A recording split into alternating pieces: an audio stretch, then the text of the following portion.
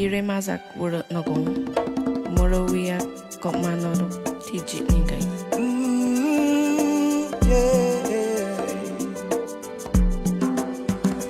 We are one Guyana, a place of peace, a place of love.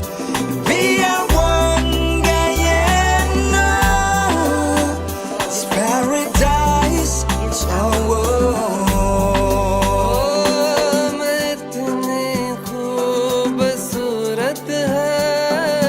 President of the Cooperative Republic of Guyana, Dr. Mohammed Irfan Ali, Minister of Parliamentary Affairs and Governance, Ms. Tishira, Minister of Water and Housing, Honorable Colin Crowell, Minister of Marine Affairs. We are so delighted to have your presence in Kamarang. I bid you welcome to this humble community of Kamarang Warwata.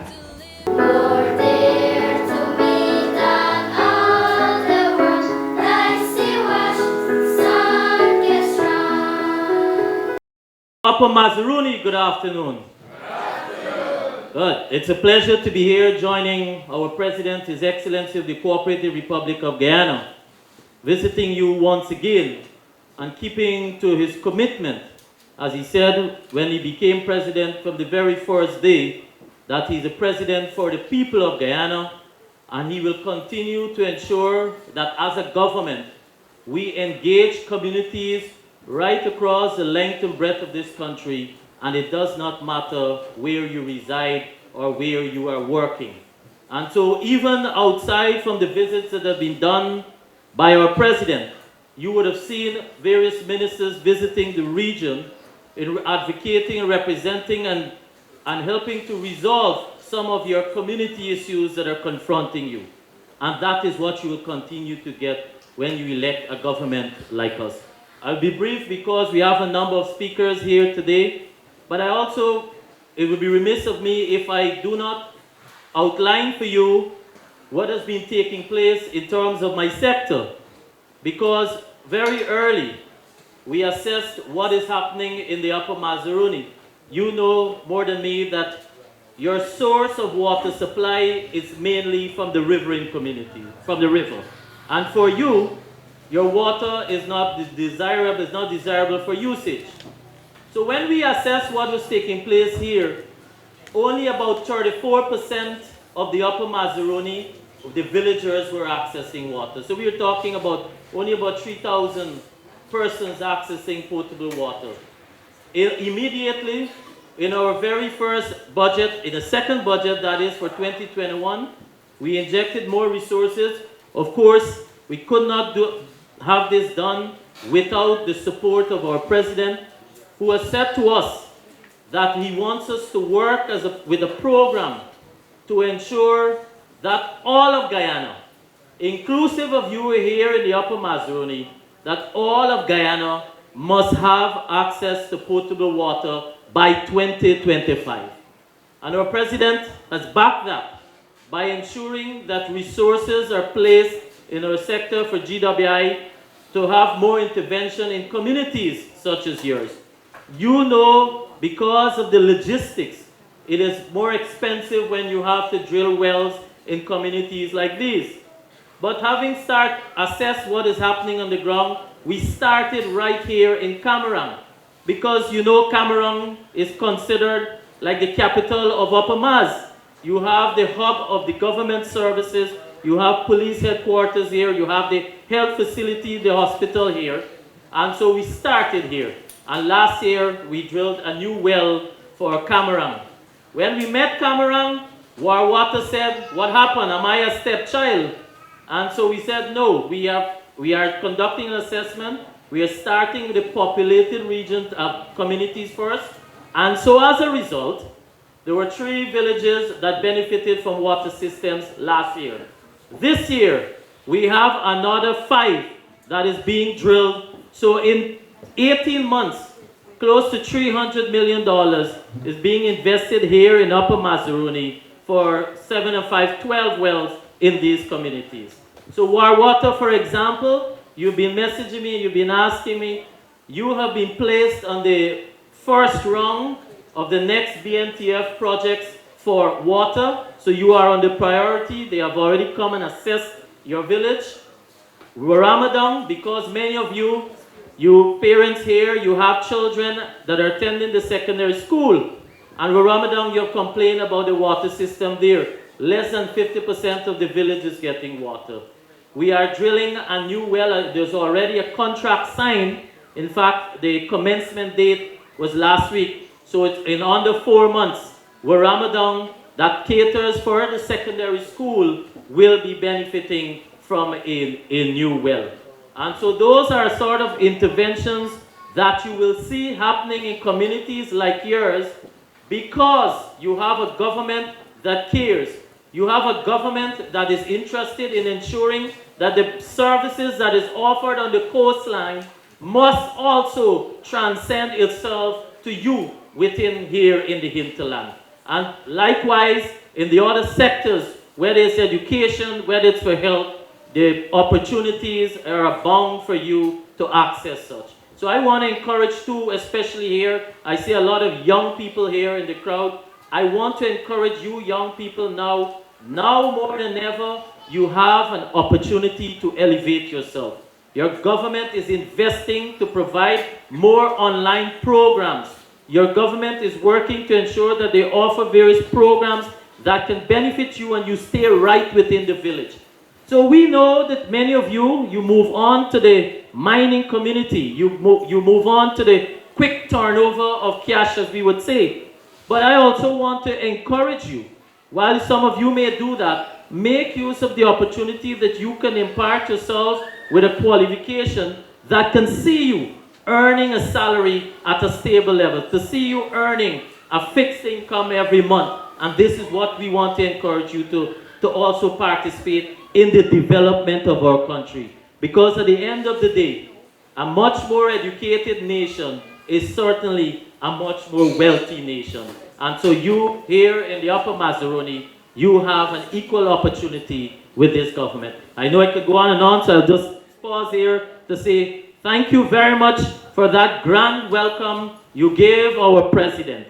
And he's here again. He committed to you that he will come to you periodically to meet you, to update you, to discuss with you, to have a conversation, because that cap that you see him wear with the One Guyana, it means that all of us, once we reside in this 83,000 square miles, it does not matter our political persuasion.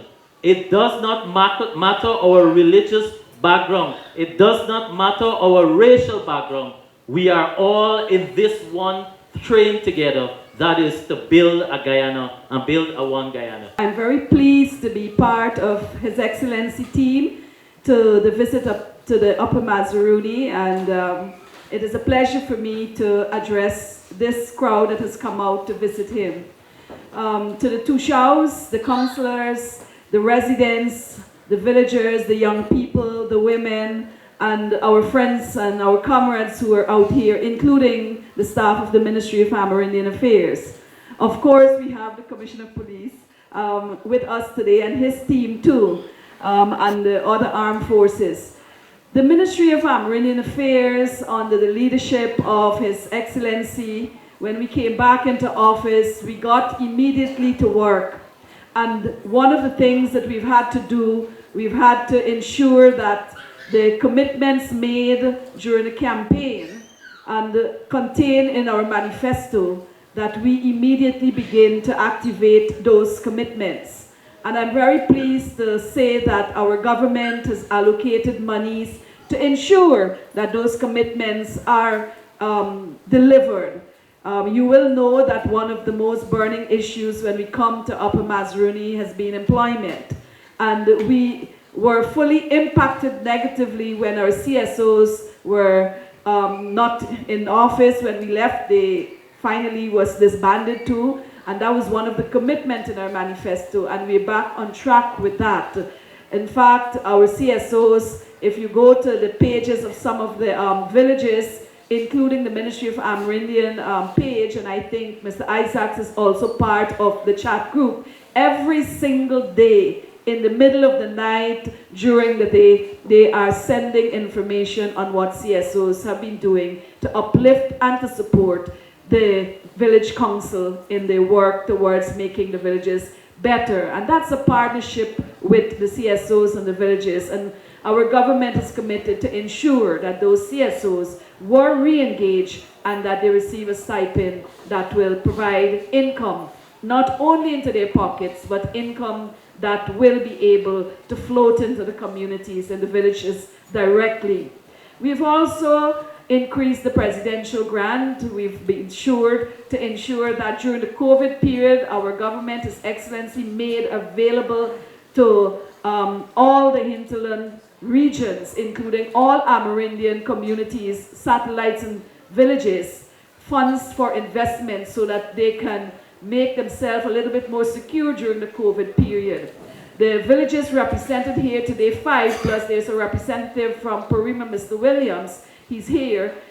In total, received $65 million in that investment fund that came to the Upper Mazaruni. And that's not counting those who are not here, but for those communities that are here. We continue to provide support to development initiatives in terms of capital items. And one of the biggest initiatives of our government, and also spearheaded by our government, is that of providing tractor trailers and implements to villages across the hinterland, and that is including Amerindian communities. So far, most of the Upper Mazaruni have received their tractors. We have a few that has to come. Still not able because we have to dismantle them and fly them in by parts. So you will, at the end of the day, have a full complement of tractors that can help to serve the forestry sector, those who are involved in lumbering, those involved in agriculture, and of course, for other transportation of goods and services, including the services that you from time to time have to do on the roads, etc. So today we are here to engage with His Excellency, and I don't want to take too much of the time, but I want to say that this is the hallmark of the PPP civic government, where our ministers and His Excellency continue to walk side by side with the people, listening to them, engaging them, and where possible find immediate solutions, and where solution takes longer, we'll make commitments to ensure that we realize at the end of the day that your issues are addressed. So I want to thank you very much for the warm welcome and for the choir. It was amazing. I know today is about the President. You want to see the President, you want to talk to the President, you want to raise your issues, you want to hear what he has to say, and that is what we're doing today. We came during the campaign, we've come after the campaign, we've come when we're in government, we're bringing services, we're listening, because the key thing about our government is listening, inclusion. You know, we're one big family. We talk about one Guyana, one family. And you know, in a family you don't always agree, but it's one, we're all one, regardless of what race, religion, what gender we are, where we live, we're one family. And so we need to come together. And this is what our President is doing, is bringing people together so we can talk about how can we solve some of our problems. There's no society in the world that doesn't have problems. It's how your attitude. Can we fix it? Yes, we can. We can fix things if we agree that we have problems and put our minds to how we can fix it. The water programs, the housing programs you'll hear about, the assistance to children who have disabilities or are differently abled. And so we're going to ask you to, as you go back to your villages, to work with the CSOs and the CDOs to identify children between 1 day old and 18 years old who may be suffering from or having a particular disability, whether it is they can't see, speak, hear, can't walk, or may have learning difficulties. Those children, the parents of those children will get $100,000 towards helping to take care of those children, making sure that they're well taken care of, and they get the best of what we can afford as a country. And we also will be starting the second round of the COVID assistance because we've had the pandemic goes and comes. It was dropping Now it's coming back up in a number of cases. We have the global fuel and food crisis. And so the government will be giving to hinterland and riverine areas, the households, getting 25,000 each per household. Right? So to try to relieve some of the stress on families with the cost of living that's going up all over the world. So we're here today to let you express yourselves, let the President express his views, show you how we're going, where we're going as a country. But I want to say this, I just want to say this last lick, and that is that I've been coming here for a couple of years, and I really want to say that the area is looking lovely. It's cleaner, the grass is what you call trimmed, the buildings are looking nicer, and you're looking nicer too. You're not looking like before when it come election time, you're looking so sad and depressed. You're looking very upbeat now, and I see some of my friends put on some weight. So it means something we must be doing right. But thank you for coming, and I know that this engagement will be one of many. Our ministers come into meetings and they must have this engagement with you, hear your views, you hear their views. And today is one of the best in that you have the President here with you today, who you can raise issues with and to be able, we'll try to find solutions. And after that, if we can't find, we will then report back to you on what we've been able to do.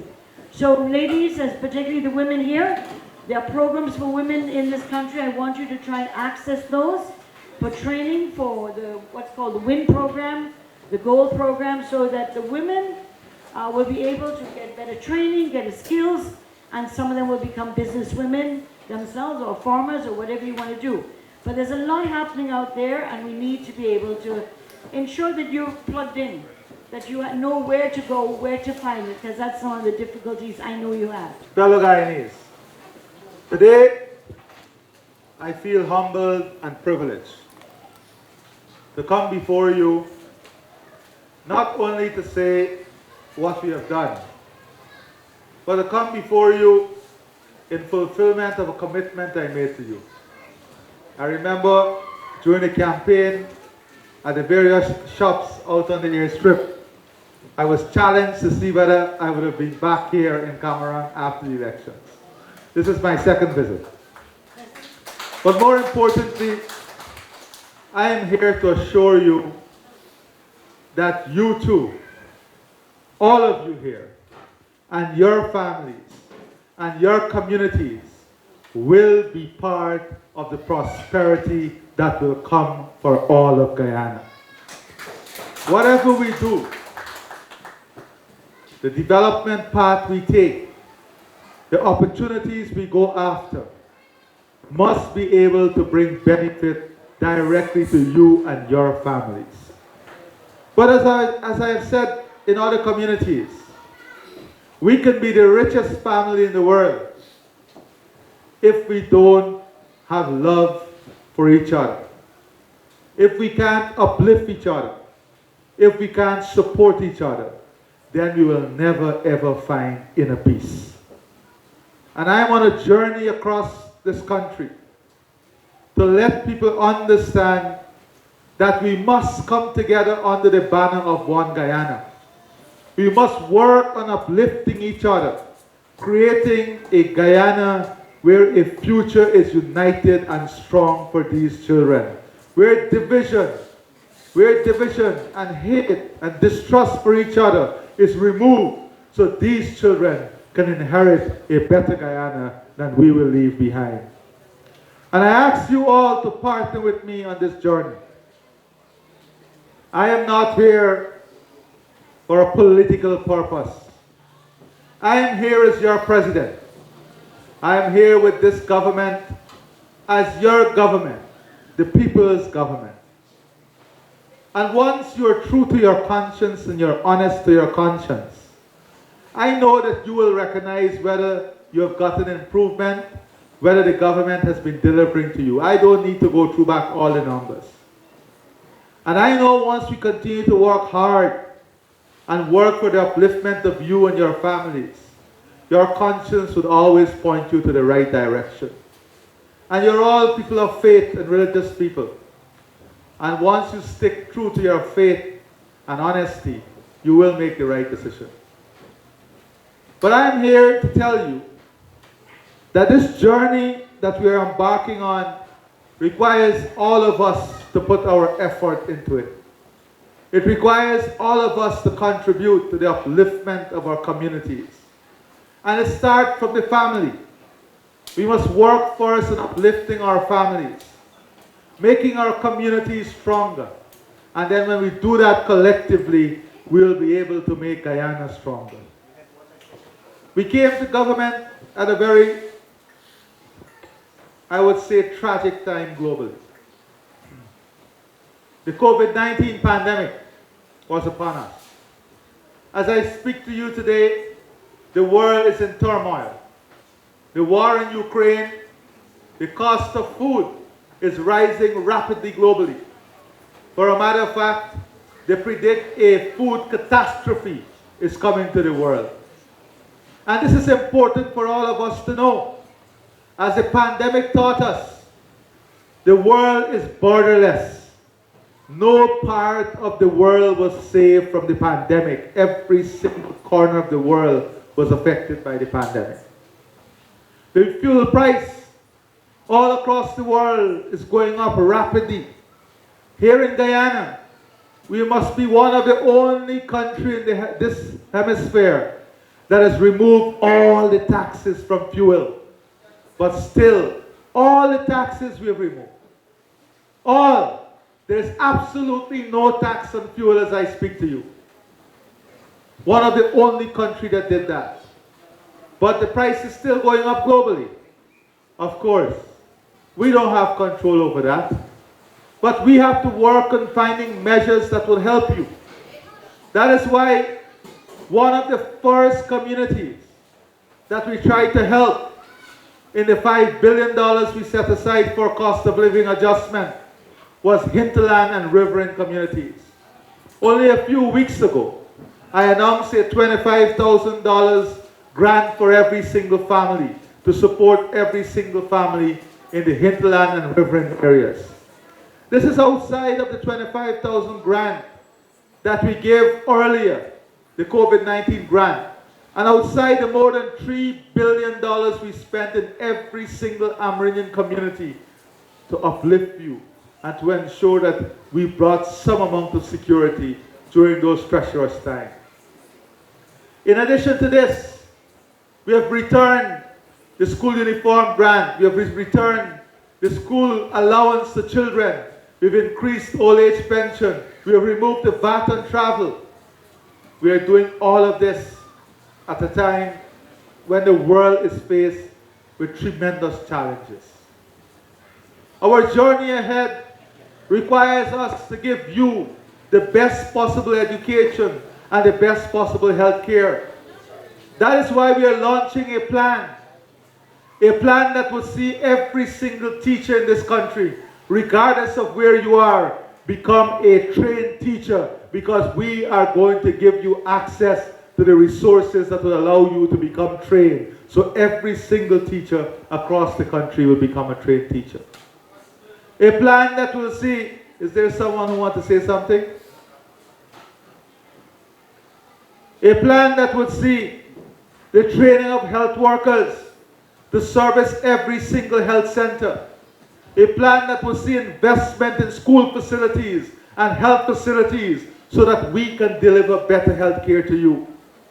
A plan that would see every single child in this country having equitable access to world-class education.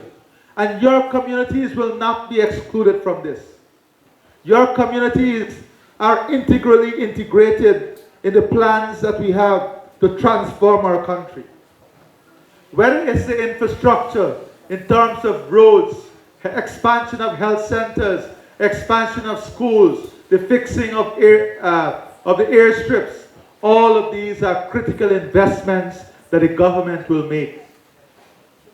Not only have we returned the CSO jobs, we are expanding job opportunities. The government will be coming to your communities to engage you on providing more temporary employment for persons so that they can uplift themselves and contribute to the holistic development of their communities. We have supported mining. We have supported forestry. We came back at a time when the Forestry Commission did not even have money to pay their staff. 97% of all the revenues we had from the Gold Board was completely spent. We have fixed all of this. And we are turning the corner. We are not turning the corner for APNU or PPP or whoever. We are turning the corner for every single Guyanese, so that every single Guyanese will be part of this prosperous future we want to build for Guyana. We are not here to say that everything is perfect, because there are many challenges. And that is why a greater part of this meeting will be dedicated to you, the two shows, the leaders, the community workers, you, the people of the community, to tell us, not only tell us what is wrong or what is needed, tell us what is going well, tell us what are your ideas, some of your ideas, how we can ensure in this world that is leading to a food deficit, how we can make this region food secure. What are the investments we can make in agriculture? How we can bring more young people to agriculture? How we can expand production? How we can incorporate that production into the value chain of our country so we bring value. That is the type of discussion we want. Because agriculture and food security is one of the important planks through which we are advancing this country. And whilst we do all of this, we understand that there needs to be work even at the household level. That is why we are working on an energy expansion plan that will see solar units for every single household in hinterland and riverine communities. You will see a special infrastructure development strategy for hinterland and riverine communities. We are working on improving the infrastructure for miners, improving infrastructure for those in the logging industry, creating opportunities for value added so that we don't only export log, but we transform that into value added. For the first time, we're on the verge of signing an agreement with Barbados for the export of prefabricated homes built right here in Guyana. This is the new Guyana we are talking about.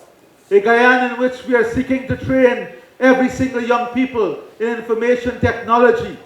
A Guyana in which we want to incorporate skills development into every single child's life, regardless of where you are. We are working now on a technical education plan that will see your young people involved in that strategy. How we can ensure we build here in Kamarang a hub to support the mining industry, a hub to support the forestry industry. How we can build here machining and mechanic shop to support this industry. How we can train the young people into becoming good mechanics, good operators. These are the type of conversations we want to have with you as we build a stronger Guyana, as we build a Guyana in which all the people can realize their dreams and aspirations. Yes, we can talk to you about the Waramadong female dorms and work with you on the extension of that dorm. We can talk to you in Kako, you're hosting the games this year, about helping you with a generator so you can host the games. Those are things we can talk to you about and we can deliver to you. But we have to have that bigger conversation too. We can talk to you about training more nurses and having them, giving you better health care. I can talk to you about increases in pension we've already given and how we're going to increase that even more and how we're going to achieve the $50,000 for every child. We're going to deliver it. But there is a bigger conversation that we have to have. We have to have a conversation that speaks about what will make us sustainable as a country. A conversation about the opportunities that are available to us in these communities and what is needed in order to transform those ideas into opportunities. What is needed to transform this beautiful choir that we just heard singing here. We know, I spoke to the teacher, yes, we will help them with the equipment, we will help them with the keyboard, but much more than that, how do we build an architecture to ensure that the institutional framework is there to allow them to be the best they can be? How we work together to ensure that we can get the most talented sporting athletes from your region and get them exposed and get them part of the national system? How do we work on a plan in which we can make this region that is so well known for quality citrus, whether it's tangerine, grapefruit, or orange, how we can work on a plan to make this international?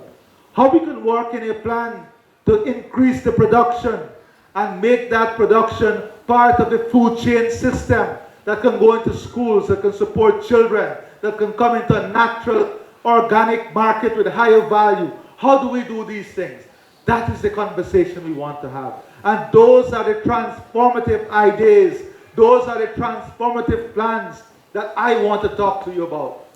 I want you to have this opportunity to tell us what are the things that you see we can build our capacity in. What are the things you see can improve our potential, can expand our production, and give every single one of you the best possible shot at prosperity that you can have. Yes, we can import everything we need and we can sell it in the shop, but that is not transformative. That is not transformative. Transformative is when we can expand our own production. Transformative is when we can see all our teachers becoming trained teachers. Transformative is when all our children can be connected to the internet. Transformative is when our ICT hubs are working and you can see ICT as a means of improving your income. Transformative is about when we can establish those shared houses to support your school kitchen, your community kitchen. This is what transformation is about. And this is the bigger conversation we want to have. Yes, we have given already tractors and implements. We can give you the tractors and implements. But let us have the bigger conversation now on how we utilize these assets to help in the transformative process in all these communities. I want to assure you today, as I come here, and I want to give you the bulk of the time, I want to assure you that this journey we are on is one that we have great sincerity in. The greatest gift I'm humbled with in my life is a gift to serve all of you. The gift to work hard every single day to ensure these children can look to a brighter tomorrow. To ensure that these children can not only dream of the things they want to achieve, but can realize the things they dream of. A transformation that would see every single one of you have similar access to the different services that our country have to offer. But that requires us to work on a short, medium, and long-term plan. But that plan cannot be developed in some office, just like the Amerindian Act.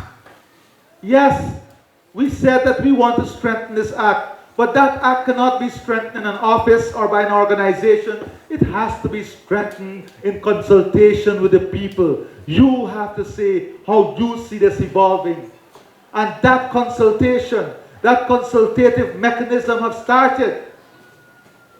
You have a government that is ready to partner with you. We're not a government that want to be away from you. All the ministers, we've been going out because we are not afraid to face you. Whether it's the good times, the bad times, the challenges, the sunshine, the rainfall. Whether you have to tell me to my face that something is not right and this is what you think should be done, I am here to listen to you. Like any good family, there will be times when you disagree. There will be times when you quarrel and there will be times when you have challenges. But like any successful family, not a good family, any successful family, it is how we overcome those challenges. It is how we overcome those disagreements. It is how we respect each other when we disagree that makes us successful. And this is the one big Guyana family that I'm working hard, that this government is working hard every day. This big Guyana family that we want to build, in which we can lift each other up, in which we can support each other. We cannot say that we are all children of God when in us we hate each other, we dislike each other, we pull each other down. That is not virtues that one exhibit when they say they love God. We have a responsibility to each other. We have a responsibility to each other. And I want to say to you that I'm taking that responsibility that has been gifted to me very seriously. And I'm this to ensure that I provide leadership and the government, the cabinet, provide that leadership that is required to lift all of us up. So today, I'm pleased to be here with you. And I want to say to you that we have already delivered more than 80% of the promises we made in the manifesto to the hinterland and riverine community. And we're going to surpass all those promises. We're going to surpass them. I'm telling you, you don't even have to worry about that. But I want us now to start engaging in the next generation, engaging in a transformative agenda for these communities, the agenda that will build a strong and sustainable future for all of you and for the country. So my respected brothers and sisters, my respected Guyanese elders, children, I again thank you for this opportunity. And may God bless all of you. And may you continue to stay safe. And I now open the floor to hear from you and to listen to you on this journey of building Guyana together. Thank you very much. President, it is indeed an honor for me to stand here representing my people. And I want you to take this from me, that truly a government that listens and engages with the people will remain in the government. And so I am thankful that today, that commitment that you made, it has become realized today. And so I would like to share what has happened in our village. You said that we must share with you some good things that have happened. The good thing is that we have been through a crisis that you mentioned because of COVID, because of war, but we are still here. And it is because of our culture that we continue to survive.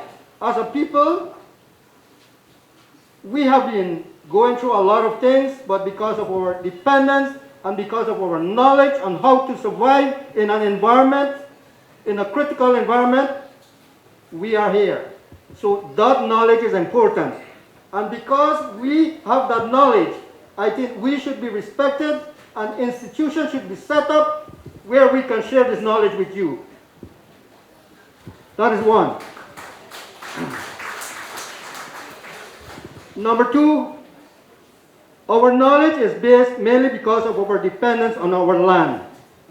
Many times when we raise our concern about our land issues, we are asked, why so much on land? Why so much problem? Mr. President, I know that to many of you and government, the governments before and government, the current government, it is a problem to us. And unless that problem is solved, we cannot have one Guyana.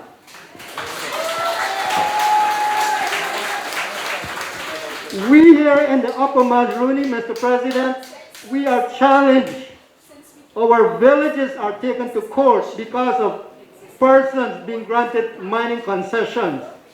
And so, we find it very difficult. We are stressing. We have high blood pressure. We become diabetic because these problems are not dealt with, Mr. President.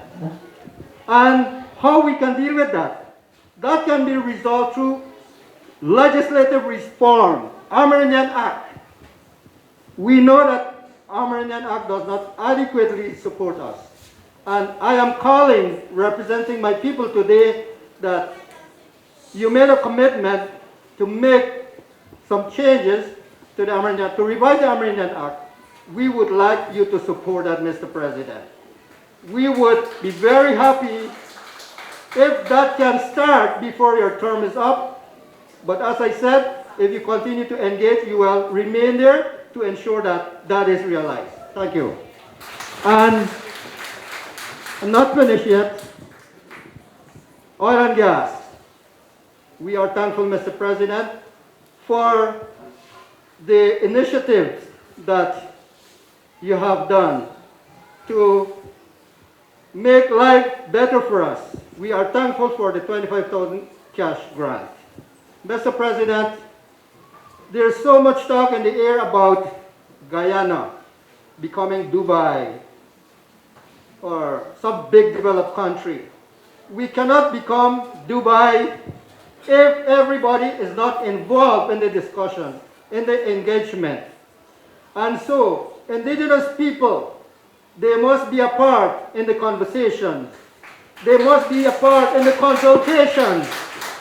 They must be a part in decisions that are being made, Mr. President.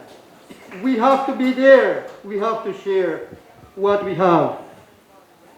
And 25% is not enough, Mr. President. The cost of living in Upper Mas is very high. Sugar, sugar is example $300 a pound. Transportation from Georgetown to here is $170 a pound, Mr. President. I know that it may be beyond your power or authority to do something about it, but we would like to see an increase to the one-off cash grant. Instead of $25,000 Guyana dollars, the minimum that we're kindly asking you, Mr. President, is $25,000 US to every adult Guyanese citizen, whether they live in Guyana or in the hinterland. All right, thank you. Thank you. Yeah. Thank you now, thank you. Yeah. Thank you. That's for me. Well, I said at a meeting once, we got to decide if we want gaff or we want to act seriously. Because when somebody can stand up and tell me they want 25,000 US for every Guyanese, we gaff in there. Right? Now let me be very frank, because part of one Guyana is honesty. Honesty. My brother here speak about land titles. It is this government before the last government came that gave out 46 titles. In 5 years of the last government, we had 0 titles issued. 0. 0. From the time we came back to now, we issued 3 titles. There is a matter that my brother knows about that is in the court. And he knows that the executive cannot interfere with the judiciary. You know that. But he didn't say that, right? He didn't mention that. So One Guyana starts with being honest to the people. We can't be sensational. And we believe in involving all the people of this country. For a matter of fact, I was sitting on the opposition benches when a government minister then said that the Amerindians should not be part of the beneficiary for the oil and gas resources. You remember that? Minister Keith Scott. I don't want to tell you what else they said, but your voice was not in the equation then. We cannot have convenient voices. We have to buy voices that are consistent, based on policies, based on honesty, based on decency, and based on dignity, my dear brother. And I agree with you. Once we do that, collectively, all of us must be involved in the process of transforming this country. And today I assure you that all the revenue that will come from oil and gas will be equitably distributed and used for the upliftment of every single Guyanese. If you're an Amerindian family, if you're from Region 3, Region 10, Region 1, Region 8, Region 9, Region 7, Region 6, every family will be part of the development process that will come with that revenue. Okay? Okay, we'll take another person. And by the way, one of the first things we did when we came back to office was to bring back that almost 2,000 CSO jobs that was taken away by the last government. That was taken away by the last government. Don't forget that too. That brought back revenue in the communities. But if we don't want to acknowledge that, or if we don't want to start from that basis of what took place and what happened, then we're not starting from a position of honesty. And we can't build trust if we want to approach issues from a position that is not fulsome. We always have to be fulsome in what we share with people. And I'm here to take all your criticism, constructive criticism. But I'm here also, and I have a duty also to allow the facts to be told, because that is part of the equation of honesty. Okay, my brother? Is that fair? Thank you. Next person.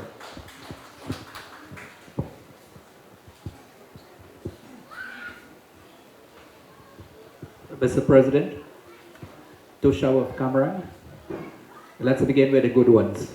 I want to report to you one of your ministries. and that is Ministry of Housing and Water. That is the first ministry in my whole life that has treated us with respect, with good consultation, with brotherly love. I visit the ministries and they would have treated me so well. We talk and they are committed. I don't know what you're going to offer the ministry, but from the minister today, right down to the field worker, I am thankful for that support. And so I want to tell you in front of the whole gathering that I gave that ministry an A+ for the treatment they give us. Number two, we are happy that the tractor arrived, but because it came on the road, it is not in that perfect condition. A letter was written to the relevant ministry about it, and we are working to ensure that it is back on the road properly. So in future, it is not wise to bring tractor or whatever of that nature on the road because it will go through a lot of mechanical problems. And so, that's good thing. Number three, you want us to conversate with you. And may I say this? Kamarang has already started transformation even before maybe you came on board. Remember, we have school feeding program. And so within a month, a year plus, Kamarang Village Council built a new dining hall with their own money. And you can see that outside there. So we are talking business. We also asked in the times past for river transport for children because it was taking too long. We introduced a school boat transport for the primary school, and it is up and running. And that is that we want to talk about. Not only that, during COVID, we were asked that do something, and we had to help the school during COVID era to build a storeroom and other facilities. We are talking business. Recently, we have... Your community got the 10 million grant, the COVID grant? Yes, the building is ready, the equipment is there. Very soon, within a matter of maybe 6 weeks, we will have the women engaged in that business. And that is the one you work with support from the government, the 10 million? Correct. Okay. And so, Minister knows a little about it. She'll be informed a lot more. So thank you for that. In addition to that, what I want to let you know that we give support to the school because the Ministry of Education, they have their limitations. We give a printer, we provided the material, learning material for grade 6 and in particular, and we have some financial incentives for the grade 6 who get scholarship. And so we are talking, we are doing something, not only depending on the government. But let me go to this one now. I'm speaking on behalf not only of Kamarang Water, but for the other communities. Number one, even though he mentioned it, the cost of living. There is only private air companies. There are. And so I know it is beyond the control of the government. They raise their freight costs, and we are the sufferers. Almost every time it goes up. So when something goes up in town, it goes up this way. So we are at that very challenging situation. The business community, the farming community, everyone is affected by high cost of living. But Mr. President, with due respect to you, during campaigns we were told cost of things will drop. So I am convinced I will not take that from any politician from now on. So let me address that. Right. Because we have to be honest. When we came into government, we removed 200 taxes. Correct. Of VAT from food item that you are paying. Yeah. Ask the shop owners. You know that we removed more than 200 taxes. Correct, right. You know that we removed VAT from the air ticket, the hinterland air ticket. Okay. You know that? Yes, I know that. Good. That's the second thing. So why did we do that? Can you imagine the prices today if we did not do that? But we don't control the fuel prices. We remove every single tax from fuel, you know this. It's zero today as I speak. This is the only country that is collecting zero tax from fuel. Okay. Okay? But the price globally is going up. As I speak to you now, in some states in the US, it's $2,300 US, 2,300 Ghana dollars per gallon of gas. That is the reality. Okay, Right? So yeah. we brought prices down. Can you imagine what it would have been if those adjustments were not made? And we're continuing to do so. But there are some things outside the control of our hands. The war in Ukraine has not only caused a 30% increase in wheat price, but it has also caused a major shortage in the supply of wheat. Wheat is critically needed for almost everything, from bread to everything that you eat. Okay. Thank you. Okay, so on behalf of the miners, the farmers, we need support for the small-scale miners in Kamarang and other communities. Right now, their pits are flooded. What support can the government provide for those small-scale miners? Their water, we cannot control climate, and so they are suffering.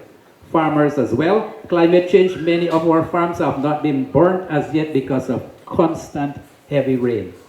The wild hogs and the Akushians are on their work. So very soon, Kamarang and other communities will have a food security greatly affected because of rain, wild hogs, and the Kushians. Well, I agree with you. The rain we can't control, but what we can do is to give you some help with the Kushians. We can start working on a plan. I'll ask the Ministry of Armenian Affairs and the Ministry of Agriculture to work on an aggressive plan to support you. I also want to work with the communities. I'll send back the Ministry of Agriculture to work with all the communities on a food enhancement plan. If we have to do shared houses, so you have more controlled agriculture, you can control pests better, you can control the Akushians better. We can look at increasing the production to help the school feeding system, to help the children. Those are things that we can look at with you also. To give others a chance, let me put a couple more. On behalf of the pensioners, not for Kamarang, I've been to Chinaweng, Philippi. This is what they are saying. They thank the government for the 3,000 increase for some time. This is their problem. Every month, the Tushaw has to travel distance to come to Kamarang to uplift. That will be fixed. I spoke to them. I'm instructing them. Where are the ministers? Gail, I'm instructing that from July, the pension, we told them this already. Somebody got to answer some questions. From July, the pension must be paid in the communities. This is the last time I'm speaking about that. From July, the pension must be paid in the communities themselves. I have Kamarang needs, I will give you everything. So let me make this last point. On behalf of those disabled persons within communities, we are aware that it has an age range. I am making an appeal on behalf of those who are above 18 and are in that state. To me, it discriminates them. I don't see it discriminating, because we have given last year to all the people with disability. Let me tell you what we're doing. All the children with disability, we're giving them $100,000 now.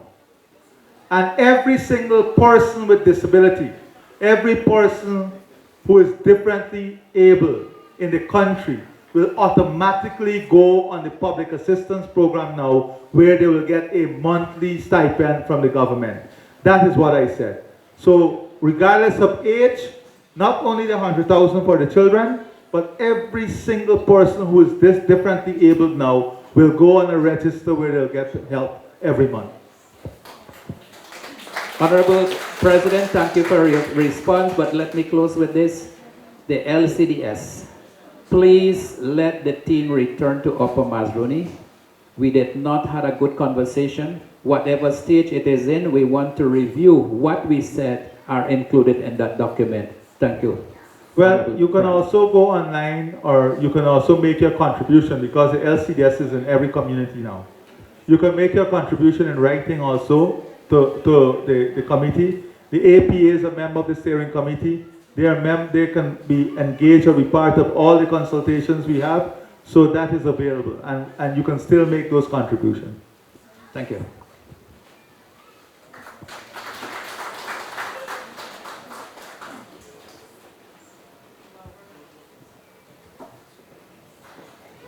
Hi, good afternoon, everyone. Your Excellency, Minister of Governance, Minister Gil Teixeira, Minister Pauline Sakai, Commissioner of Police Acting, security personnel, welcome everybody. So we have some issues in Jawala. Mostly education. Well, first of all, I would like to say thank you. We have received the extension. It's almost complete. Yeah, it's almost complete, the nursery school, so thank you so much. But what we are asking for now, if we can have a new nursery school, because every year there are more children that are being taken into school. And so that's something that we need for the health. We need we need a larger solar panel, because the lights at the health post, it don't last whole night. So we would like if you guys could help us out with that, and so the lights could last longer. If we could have a security at the health post also, because there's be patients coming in at all hours. And also, I would like to say thank you so much that we have finally gotten a doctor. We really, really appreciate it. Yeah, so, there are other issues like with the nursery school, they need more assistance with life jackets, we need transportation. And I don't think we have access to the learning channel. So we are requesting if we can receive a dish from eNetworks. And also if we can get for the nursery school our own internet service, because there's an internet service at the village office, but it's very slow. And then we have some of the teachers who are interested in doing the online classes, because due to financial, they don't have the finance to travel out to Georgetown. So if we can get them, we would be really, really grateful. Yeah, and Honorable Ms. Kroll, thanks again for the well. And I'm asking, don't forget our side on the other bank. We are in need of our water system as well. Yes, yeah. So, there's so much things that I want to say, but I know there are other people that need to say their stuff. And in general, for the Upamas, we are really, really grateful that everything you guys are doing. I know it's not easy traveling from village to village. It's a lot of, it takes up a lot of energy, but thank you so much. We really appreciate it. And we know that whatever else you have in store for us, we welcome it. Thank you. Thank you.